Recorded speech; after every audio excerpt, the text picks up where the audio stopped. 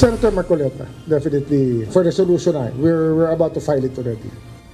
Nakatakdang maghain ng kasong plunder ang tanggapan ng Ombudsman sa Sandigang Bayan laban kay Senador Rodante Marcoleta.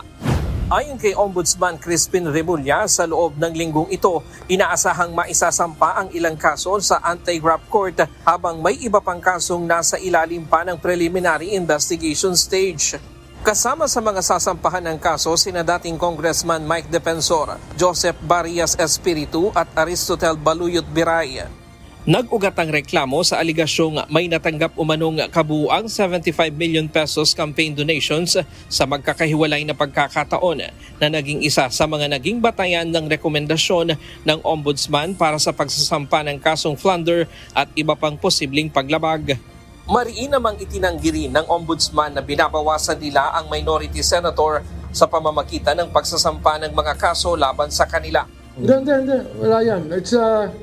We didn't even ask this to happen. All the evidence came from, you know where.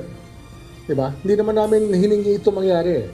Pero nangyari ito, dahil motu proprio, apparently the crime was committed in open knowledge of everybody. All of you are witness to the actuations of the guy, of what he has said in public. That of course, given the sworn statements that he has executed, will actually make a case for his being charged of plunder. Bukod sa kaso ni Marcoleta, for preliminary investigation naman ngayong linggo ang kaso ni Senator Joel Villanueva. Ayon sa Ombudsman, nakulangan sila sa case build-up ng DOJ. Ay parang ipa-file na yung kaso. Hindi namin tinanggap yung findings ng DOJ kasi nakulangan kami sa case build-up na ginawa ng DOJ, so we have to conduct our own. And we have to conduct our own. Ano yan eh?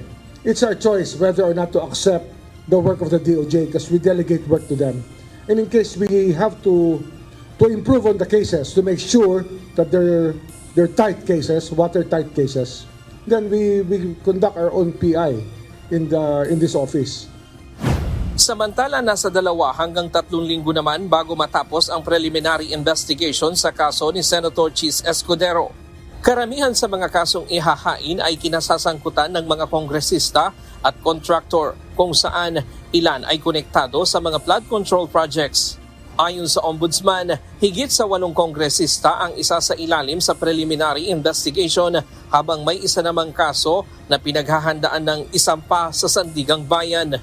Itong linggong ito ifa-file at karamihan itong mga kasong to ay sa congressman, mga congressman, contractors at inaasahan namin na magtutuloy-tuloy na ang mga kasong ito.